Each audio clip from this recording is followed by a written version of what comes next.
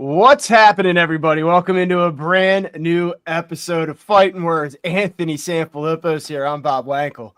And Anthony and I were not on the same page this morning. Couldn't get the show off in the morning hours. And I know there were some people that were ready to hear me rock and roll here, take apart this team after getting swept by the Brewers this weekend.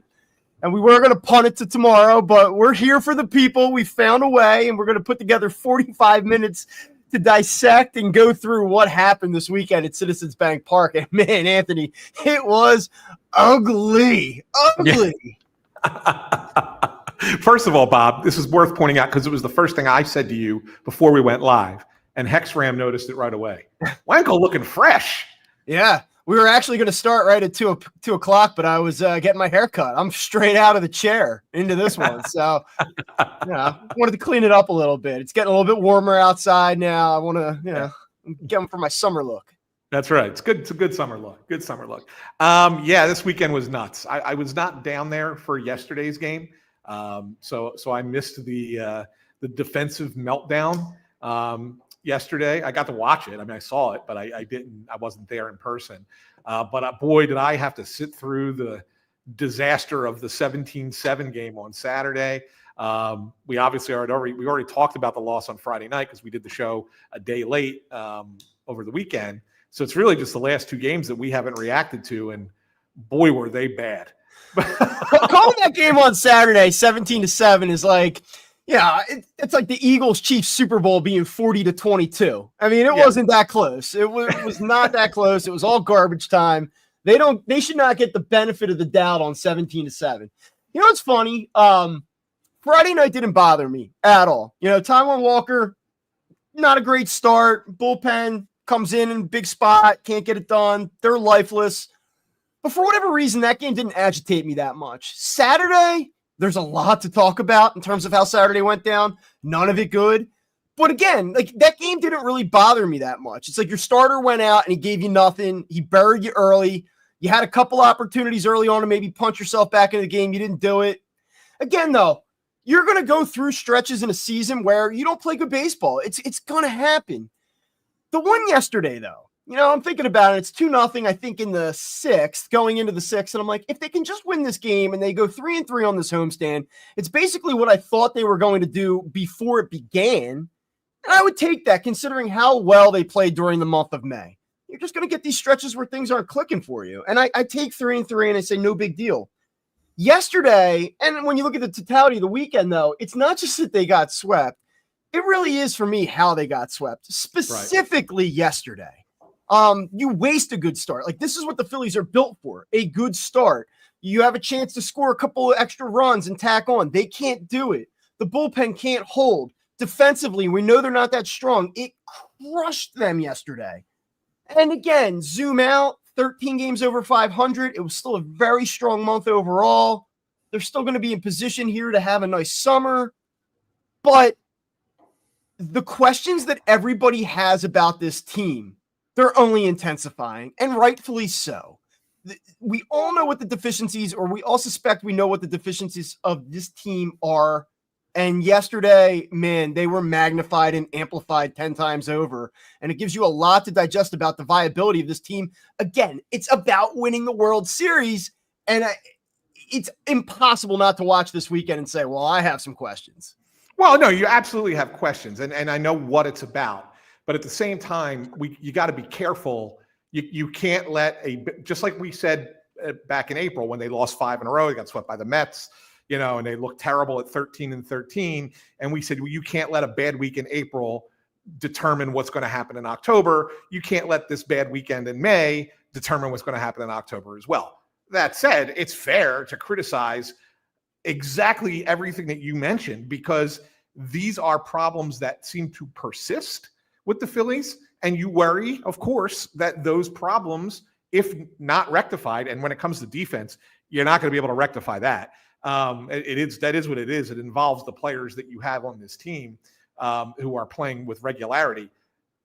That is something that's certainly a red flag for October. The other things, the other problems, I think can be rectified still.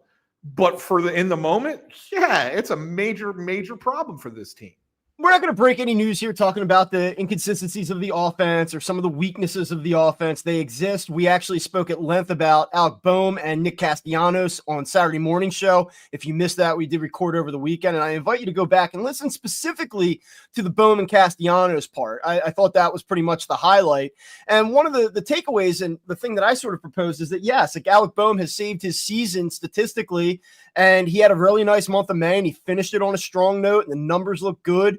But this idea that you move him back into the middle of the order, or when there's an at-bat of consequence, when you really need to bear down and get it done in a big spot, it seems like that guy struggles to do it. And it played out numerous times this weekend.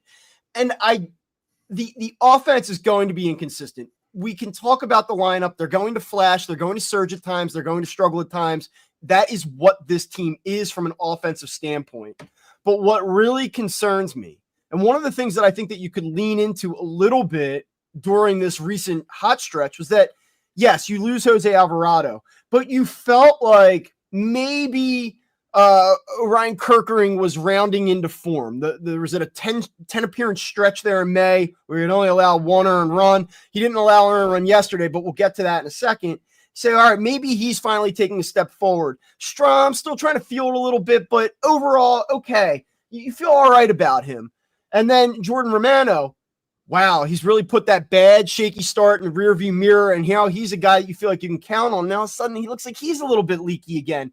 And so in this moment, as we're talking right now, we know that they don't have a lot of bullpen depth. And yes, they have made some moves here, and we'll see how that impacts the bullpen moving forward. But not only do they not have a lot of depth, there's not one guy in this moment entering the game that I say, I feel good about this, the way that I would have with a Kerkering at his peak a year ago, with Strom at his best a year ago, and certainly with Jeff Hoffman at his best a year ago.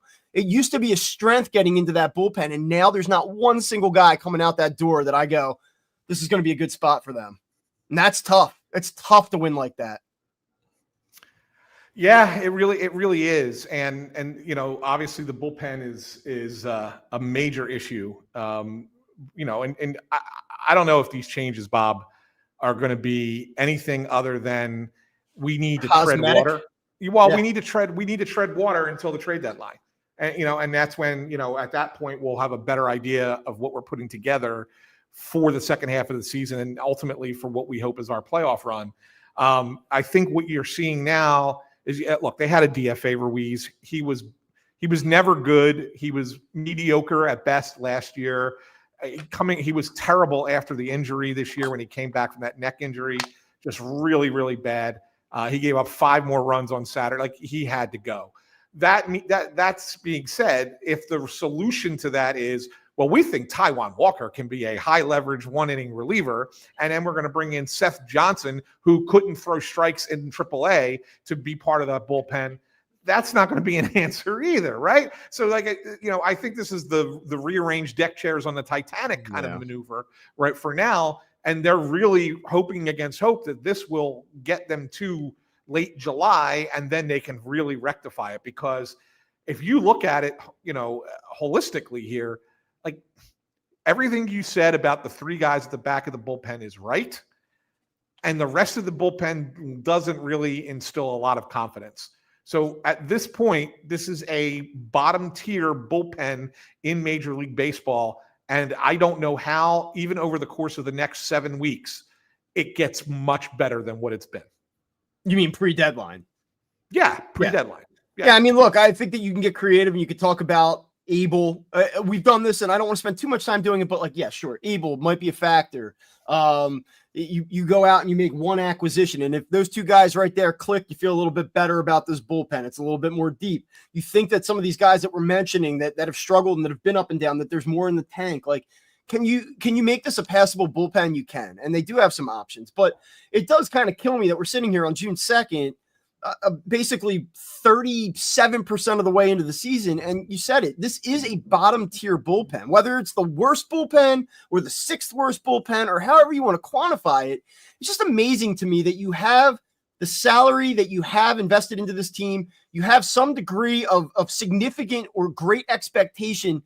And this is the bullpen that you came into the season with. And you go back and listen to our shows, and it's not like unique to us. We didn't crack the code before the start of the regular season. I think a lot of evaluators looked at this and said, man, this bullpen looks a little bit light to me. It's been worse than I would have imagined it to be, but at no point was this a strength. Like, how could you build this team with such a thin bullpen? And I'm having a hard time answering that question right now.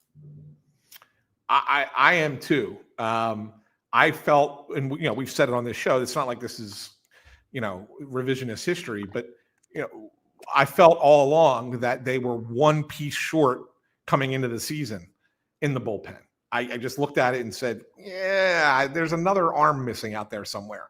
And then, of course, you lose Alvarado, and now you're 2 pieces short in that bullpen, probably 3 pieces short in that bullpen, ultimately. Maybe you can find that from within, at least part of it. Maybe one of those guys comes from within, whether it's Mick Abel or you talk about Abel, right? Like, and I think that you and I are kind of bullish on that concept. Like, we see what the Phillies see, and I think that he's emerged as a legitimate prospect at this point, and maybe he gets involved in trade conversations. Maybe he is a short-term solution, but there's a lot of projection in this. Like, we can talk about the live arm and how the fastball plays with the curveball, and it looks like it could work. It has the potential to work, but it is quite a jump to ask a guy who is not a reliever, who has not been brought up as a reliever, to make that switch. Like, it could work. It might work. The stuff says that it should work, but that does not mean it's going to work. And if your best solution in this moment is hoping and wishing that a guy who had underperformed significantly so up until 6 weeks ago in his journey to the major leagues is the primary bullpen solution post July 31, like, that's a hell of a jump to make, and a lot of stock to put in a guy who I like.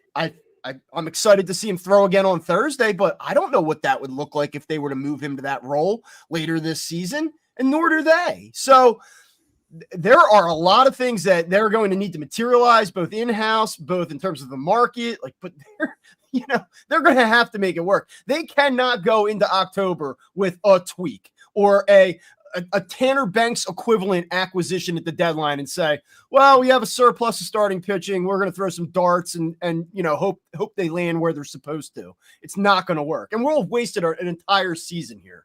Yeah, absolutely. And, the Invisible Man chimes in and says they shouldn't have been cheap and re-signed Hoffman.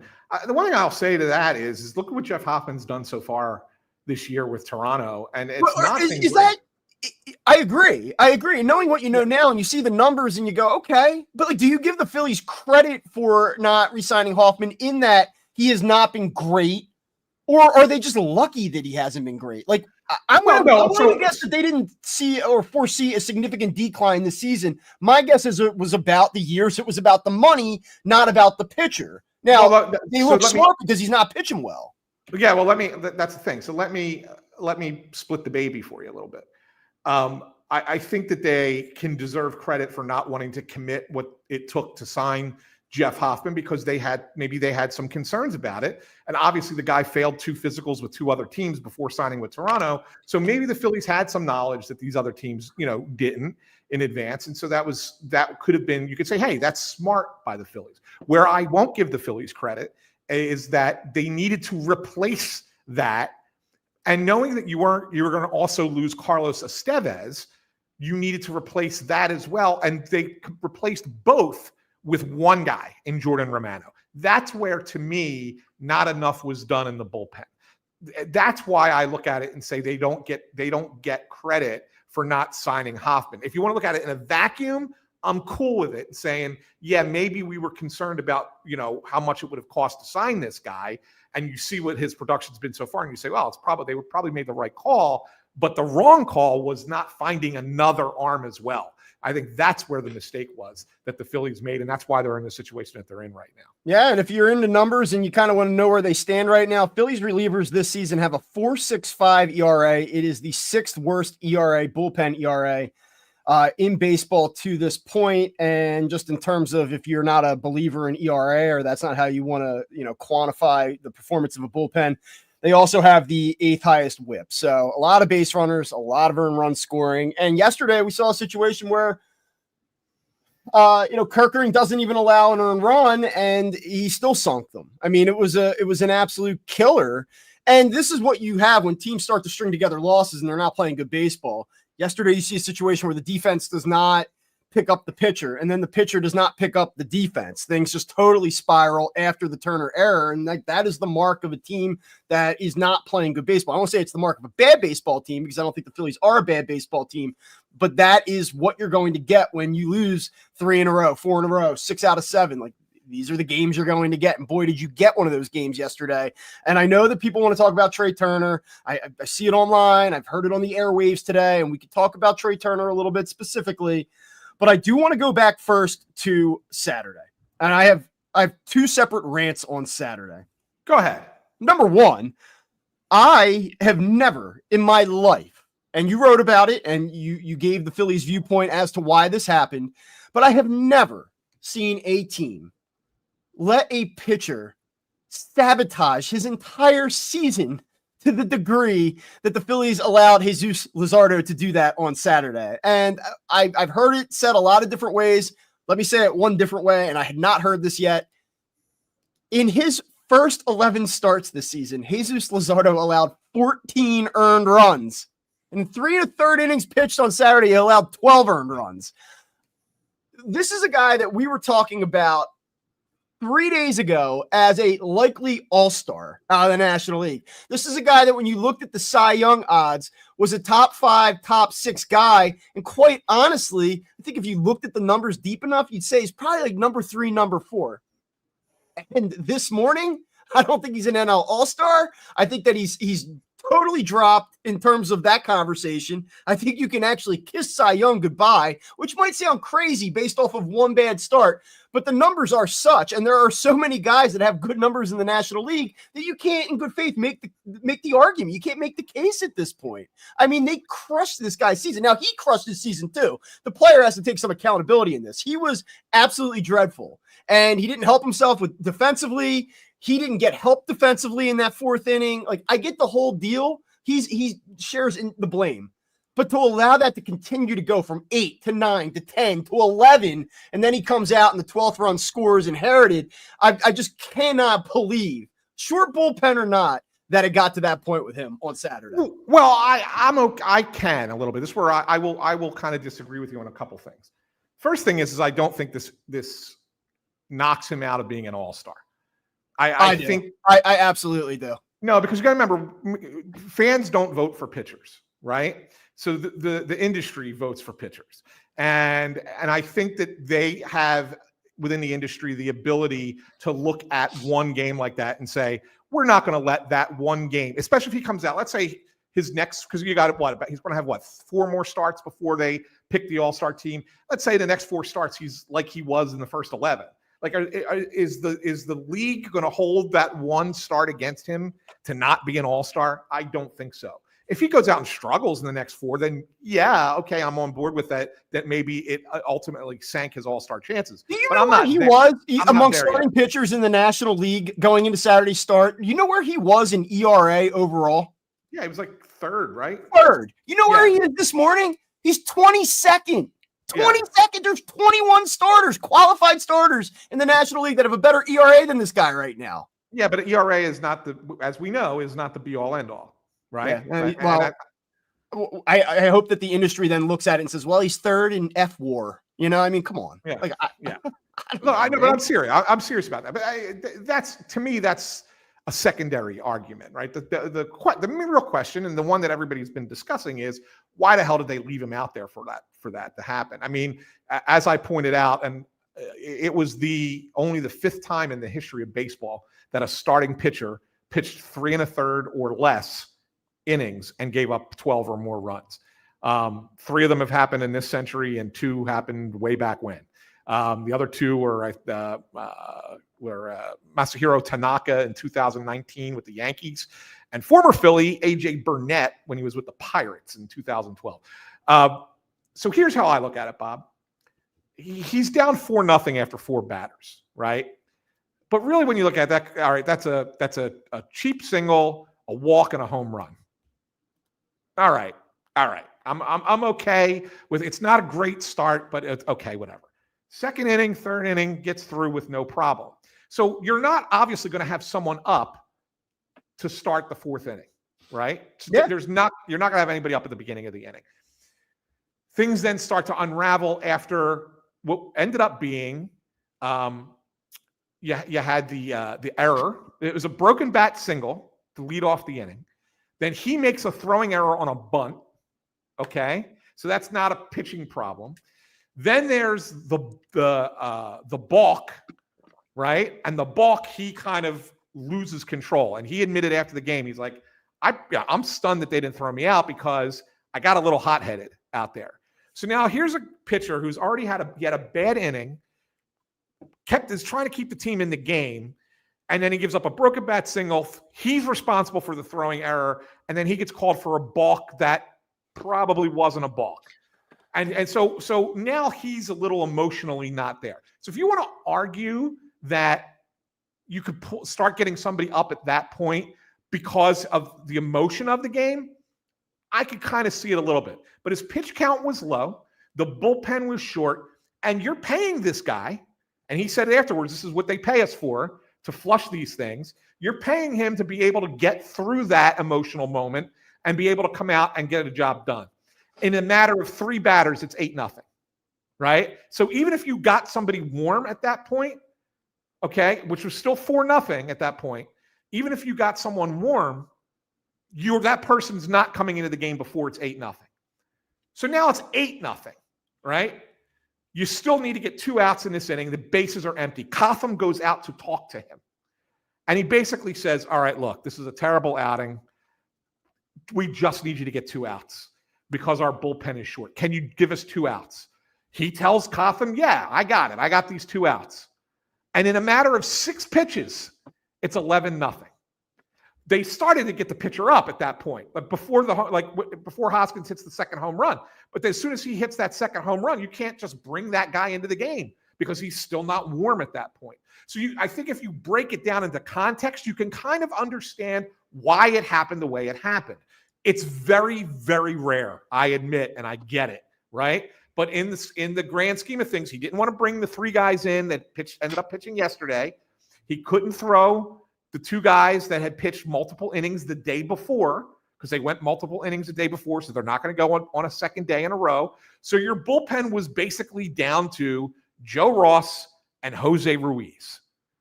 And then depending on what the score is, a position player.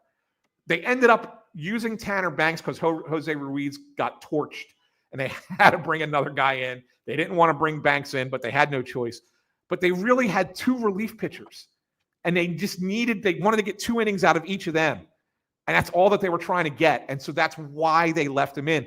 Some of it has to go on Luzardo's shoulders for not. Absolutely. Look, I mean, he's a big boy. We're not, This isn't Little League. I'm not trying to coddle the guy, but I mean, I just can't think about how many times I've ever seen that type of line before where the guy just gets absolutely smoked. And, look, again, I'm going to reiterate my stance. I don't think he's going to be an all-star. And I'm just going to give you this real quick. There are 38 qualified starting pitchers out in the National League right now. He's 33rd out of those 38 in WHIP, 1.34, and opponents are hitting 264 against him, which is 36th out of the 38 qualified starters. His numbers were so bad on Saturday that it has completely torpedoed the overall view of his season. Now, again, I get it. You and I were smart people. We can look at it with some context and say, has Jesus Luzardo been a godsend for the Phillies so far this season? Of course. He's been arguably their best pitcher. But when you start to look at the statistics relative to the rest of the league, it's not special. And not only is it not special, in some of these areas now, it's really not good. And let me ask you, Bob. All right, so he's 5-1, 3.58 ERA. If after the next 4 starts, this guy is 7-1 with a 3 ERA, is he an all-star? He might be. I mean, it's pretty competitive. You start to look at the names, you go, okay, is he having a good season? Yes. Is he an all-star relative to the rest of the National League? I don't know. I guess let's play the game for a second, right? How many starters are they going to carry? 7? Probably. That's about right. All right. Is Senga ahead of him right now? Yeah. Is Wheeler ahead of him right now? Yeah. Is Skeens ahead of him right now? Yeah. Is Yamamoto ahead of him right now? Yeah. Robbie Ray with his 2.43 ERA? Maybe. All right. How about the guy? I mean, and then this is where it gets interesting, but like Pavetta's had an excellent year. Chad Patrick, who we saw this weekend from Milwaukee, has had a really good year. He's ahead of him. David Peterson's numbers are outstanding. Corbin Burns, his elbow might have exploded yesterday. It looks like he might have dodged serious injury, but he was 5th in the NL. And then you have guys like Logan Webb and Sale, who I actually now think is ahead of Luzardo based on his numbers. I mean, it gets interesting. I mean, and the other thing you have to take into consideration is who's going from what teams, right? And how many right guys now, you just put, if I give you pitcher A versus pitcher B and I put Chris Sanchez and Jesus Luzardo's numbers up next to one another blindly, you would take Sanchez. Yeah. Based on these numbers. So again, like that's part of it. Like, what if Chris Sanchez goes out and deals for the rest of June? Well, they're not taking 3 Philly starters. And again, like whether or not Jesus Luzardo makes the All-Star team, I understand is not like the most pressing topic here, but it's just, regardless of whether or not he does, and regardless of whether or not the Phillies let him roll 3 or 4 batters too long, whatever. But I mean, it was a catastrophic start. Now, the other thing that that's the other last thing I want to say about okay, this. Go ahead. Let's say they pull him after it's 8-0 instead of 12-0. Would it have mattered? Would it have changed the game? Changed the game on Saturday in terms of win-loss? No, absolutely not. So that's why are we? This argument solely about the perception of Luzardo's season and Luzardo's numbers and what it means for him, big picture. It's not about games. Right. It's all about the statistics. It's all. Yeah. That's all the argument's about. Right. Yeah. No question. The other thing is, it's funny. Like I made this point on Twitter. I said, I don't know that I've ever seen a guy, this far into the season. And by the way, everyone, like I said at the top, I think we're about 38% of the way through the season. We're not 10 games in anymore. I made the point, like I've never seen a guy who had been sitting this well positionally in terms of an all-star team or in terms of the Cy Young conversation really just fall off a cliff like that in one start. I'm sure it happens. I'm sure that it's not totally unprecedented, but I cannot recall this.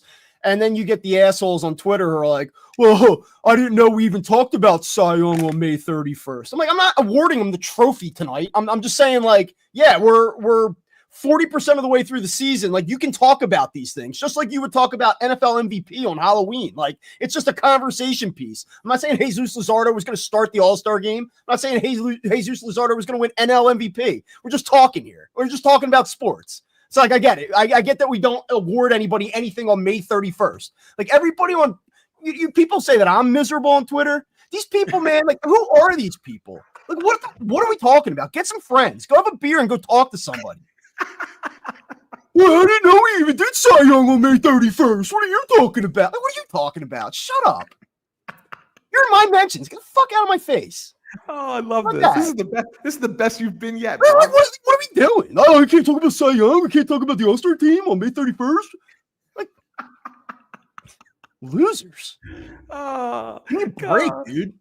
Can we get to Sunday? God. Yeah, that was Saturday.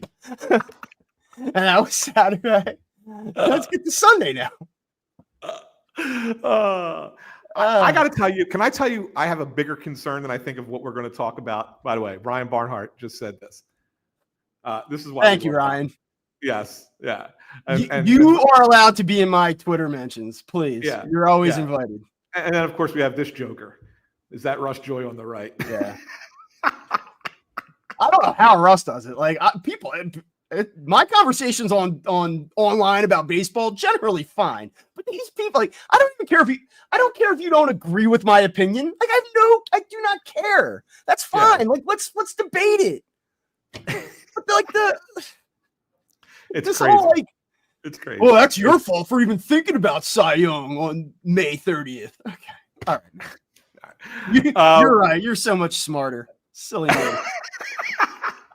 Can I tell you, the thing about yesterday is, and everybody's talking about the errors, and we got to talk about the errors, and we will talk about the errors. But I want to put something else in before it first. Actually, there's 2 things that really have to be discussed. Not just the errors. We got to talk about Rob Thomson kind of giving a mea culpa after the game, like saying that, he would, second guess himself a little bit, which we've never heard him say. Don't hear that very often. Very often, right? So that we got to talk about that too. But the thing that bothered me the most, and it's not just about Sunday, but I think it manifested itself a little bit on Sunday. But the thing that bothers me the most is the Phillies against left-handed pitching are not good because of their lineup. And not because their lefties aren't hitting. I mean, you could talk all you want about the fact that the righties don't hit the lefties. And so this year against left-handed starters, their batting average is 5 points lower. Their on-base percentage is 13 points lower. They're slugging .396 against left-handed starters. And a .720 OPS, not good enough. Just not good enough. And, that's a problem that really is reflected in the right-handed hitters in this lineup. And so it makes you wonder, is that where the changes really need to happen? So I remember bitching that they brought Max Kepler in because I didn't think it was a great fit.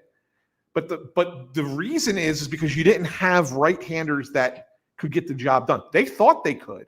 They thought guys like Alec Boehm and Nick Castellanos and JT Realmuto and Weston Wilson and Edmundo Sosa would all hit lefties. And while Sosa did for a little while, he's been terrible. He's been terrible lately. Yeah, and this is why he's not an everyday player. And Castellanos has been okay, but just okay. No power. I mean, this was a big part, and this was a big part of Saturday's show. But now you're trotting out a lineup where Weston Wilson can't. He's supposed to hit lefties, can't hit lefties, and then he makes the boneheaded play in left field on top of that, right? Which makes you wonder: is this the guy you want on your team? Is this the guy you want to be in your lineup whenever a left-handed pitcher is being thrown at the Phillies? And guess what? Left-handed pitchers are going to be thrown at the Phillies. It's a thing, right? The starters, at least, they might change their mind a little bit in bullpen matchups because of the way Schwarber and Harper hit lefties. But as far as starters, the left-handed starters are going to be thrown at the Phillies because they struggle against them. To me, that is the thing that nobody's talking about today, but is more of a concern as you go forward than the fact that Trey Turner booted a ground ball hit right at him or Weston Wilson misplayed a fly ball. Well, at what point with Weston Wilson, let's just talk about that because he's the guy that everybody's sort of zeroed in on. And even before yesterday, the question starting to be asked here, what does this guy give you? And I know what he's supposed to give you, some defensive flexibility, and he's supposed to be able to take on left-handed pitching. He's hitting 179 this year, and that's obviously horrible. The issue, though, is he's hitting 182 against lefties. He's 4 for 22 with 8 strikeouts, and he doesn't have an extra base hit against left-handed pitching. So if that is what he's going to give you against left-handed pitching, why is he here? And how much longer do you have to wait? Are you 22 at bats isn't a lot, so we want to give him some run time here. Let's give him till July? Or do you kind of say, this guy's a dime a dozen, we can make a move now and just try something different? I mean, I would make the change. And I know that they've been playing Otto Kemp in left field just once a week in AAA. I don't care. I'd rather give him a shot. He's younger. Bring him up. You're not losing. What are you worried about? Bad defense? Yeah, that's what I'm saying. You already have bad defense. What the hell's the difference? Let's bring up Otto Kemp. Let's trade for Rhys Hoskins and just try to first to 10 wins. Well, no. So my point is that at least give it a shot. If you're gonna give it a run till the deadline and figure out what the teams where you need to fix the team at that point, why not see what Otto Kemp gives you? Because maybe you can get by with Otto Kemp in left field. Maybe he's okay enough in left field if he's hitting 300 against lefties or slugging 840 against lefties, right? Maybe. If not, if he comes up and does the same thing as Weston Wilson, why not? Yeah, why not? Guess what? What do you have to lose? Then you got to go get somebody else, right? I mean, but this isn't working. And it's not where I know he didn't start the season with them because he was on the shelf, and so he only's been playing for a little over a month. I get it. But it's to me, it's not, you've not seen the same guy that you saw last year in this role. And so why let that continue to go on, especially when the whole team is not hitting lefties? Bring somebody up who has been hitting them. That's what I'm saying. Give them a shot. It cannot be worse than what you've had so far. Yeah. I mean, I'm looking at it and, he's obviously been an issue. Boehm has not been an impact bat against left-handed pitching. Castellanos, credit to him, just to kind of, summarize what we talked about over the weekend, but he's hitting 307 against left-handed pitching, and that's fine enough, but he has 1 home run against lefties this season. They don't slug. They don't true slug against left-handed pitching. They just don't. No, it's on the right side. They're below 400 as a team against left-handed pitching, against slugging. It's terrible. I'll throw one more option at you.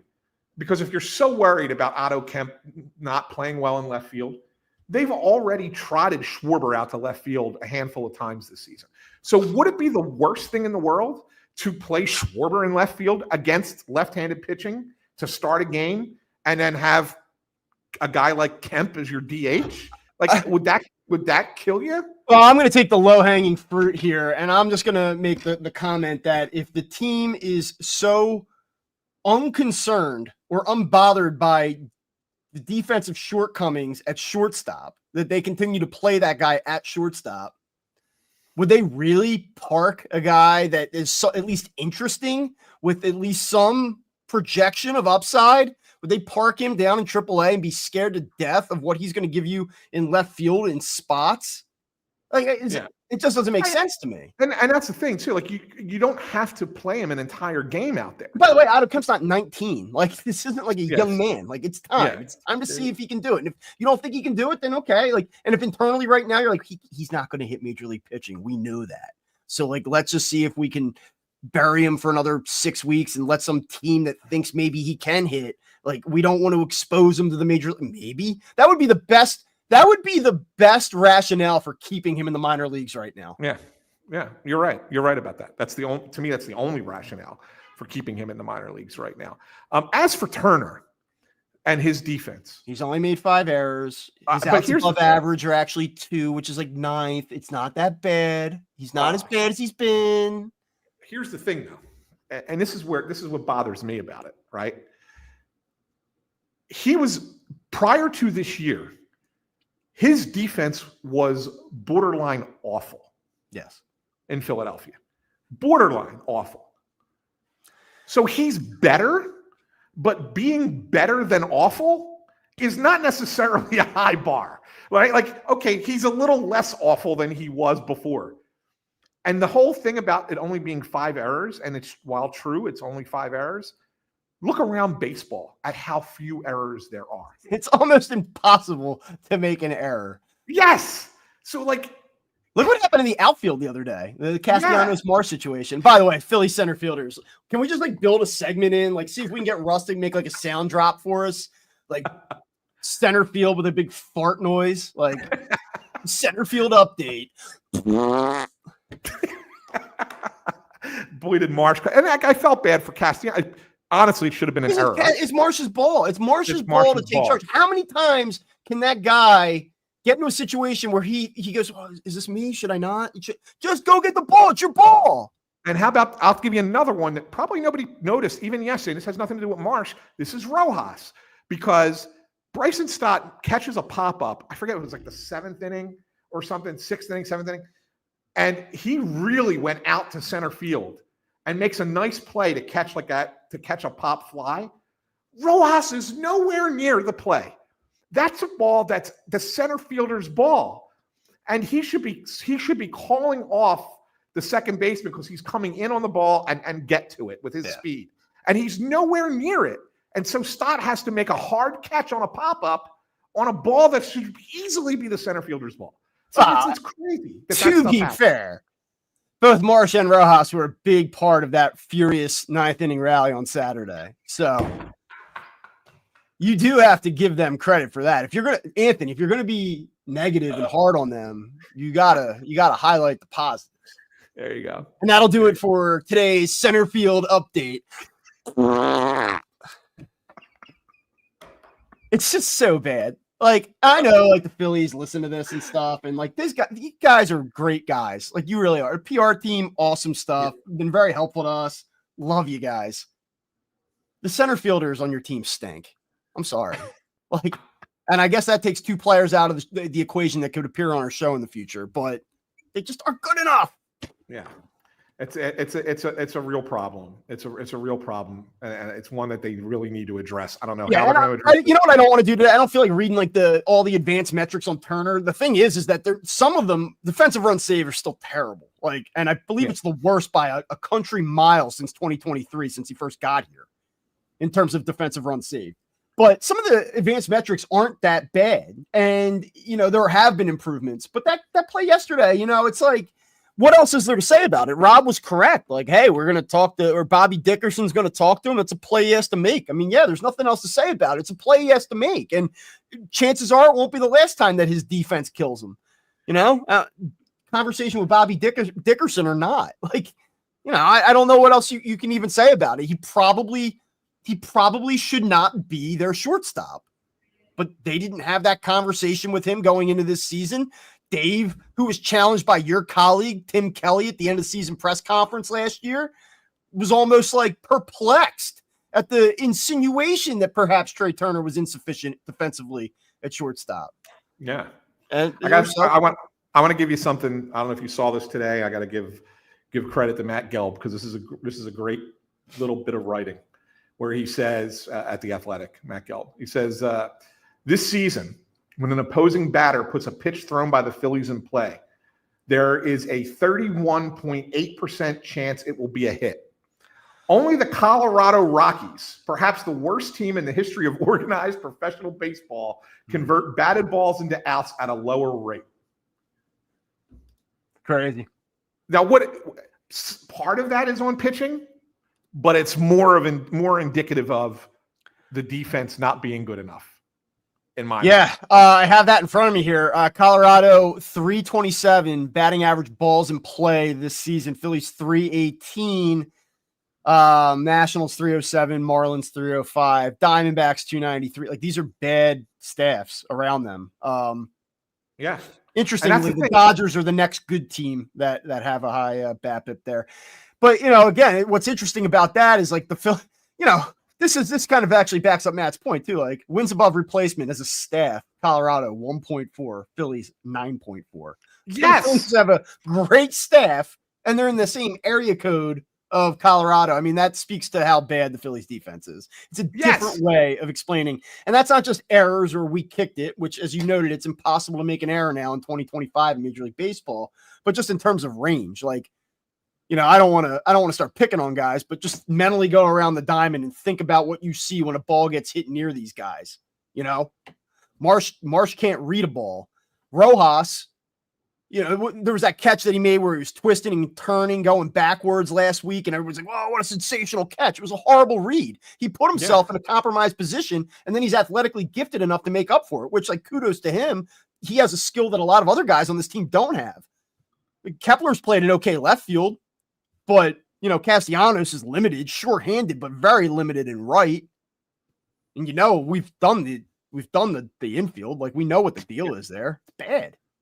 Yeah, it's terrible. It's terrible.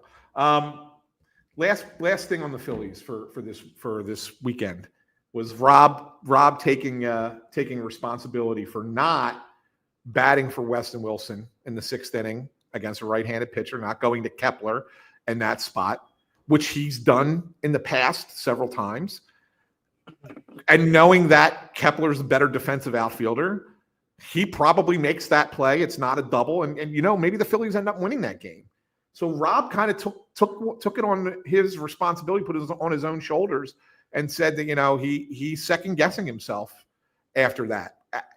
I was really surprised to hear Rob say that. I think, here's the exact quote. There's a couple of things that I'm going to look back on over today's game and question myself over. So not only do we have to play better, but I have to manage better. Like, whoa. And I'm wondering, is he saying that because there's some pressure from within the organization? Or is he saying that because he feels like he really blew it in one game?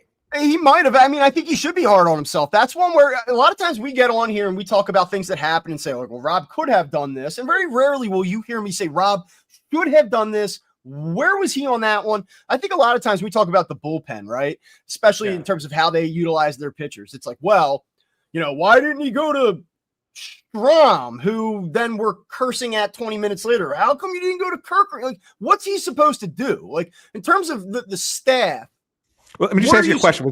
Was that an impression of the same people who asked you about the Jesus Luzardo thing on May 31st? Yeah, I got real sensitive online this weekend, I guess. I don't know. It really pissed me off, though, man. Really got to me this weekend.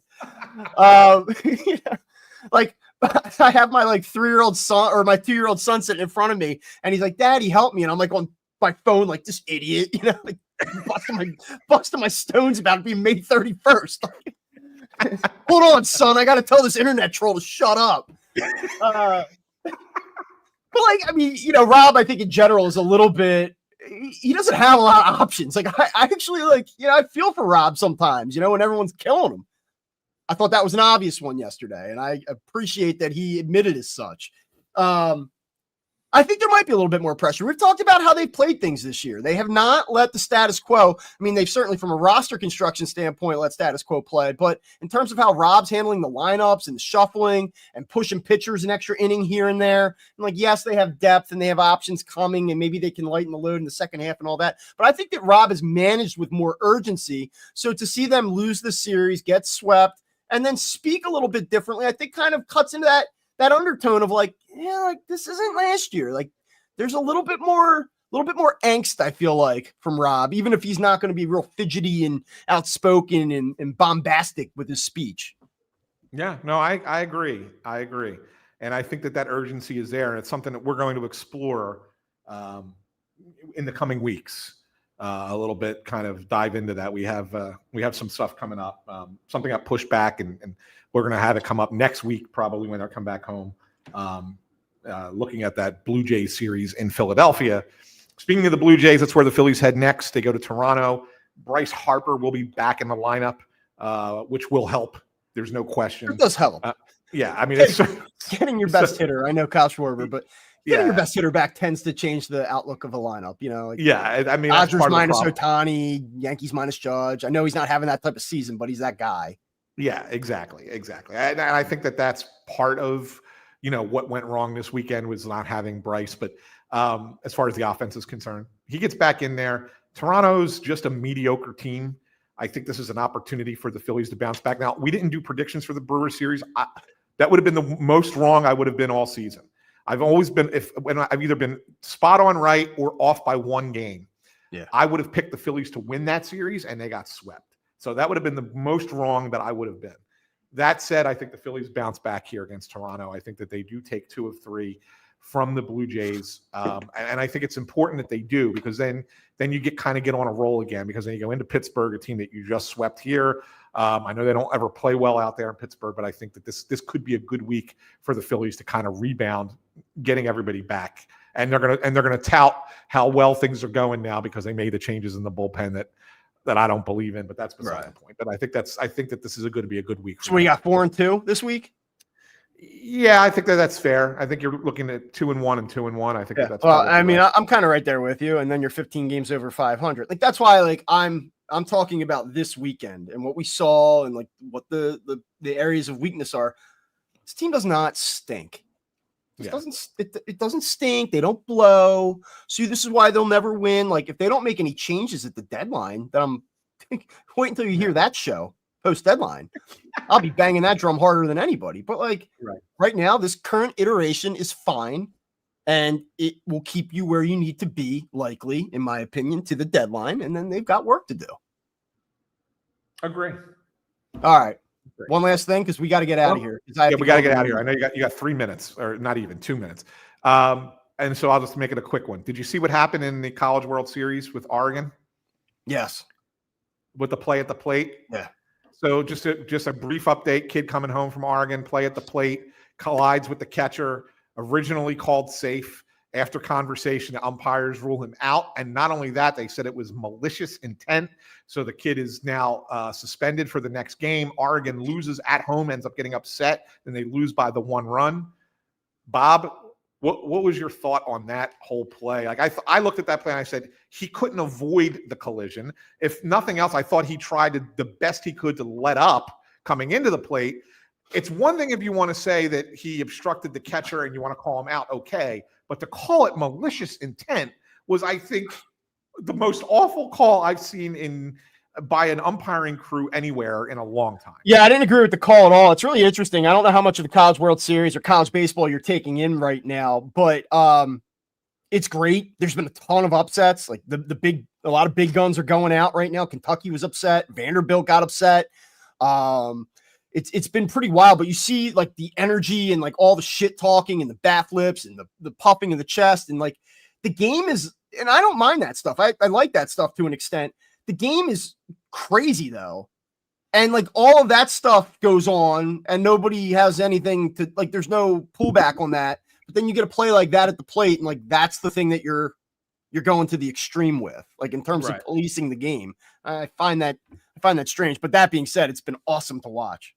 It's fun. It's a fun thing to watch. I love the College World Series. I don't watch a lot of college baseball through the year, but College World Series, I will tune in and watch it just because the emotion is so high. And so it's pretty cool. Like it's very edge of your seat, and it's nonstop back and forth. Yep, that's what the beautiful thing about it. It's great. I encourage everybody to watch it. All right, we got to wrap this thing up. Just as a reminder, you can subscribe to Phightin Words on Apple Podcasts, Spotify, Amazon Music, Pandora, wherever you get your podcast. But we prefer that you do it here on YouTube, which you click the thumbs up, ring the bell. You'll get an alert every time Bob and I go live. If you're listening in the podcast feed, you can find us on YouTube at youtube.com/@Phightin Words. So for Bob Wankel, I'm Anthony SanFilippo saying thanks for tuning in, and we will see you on Friday.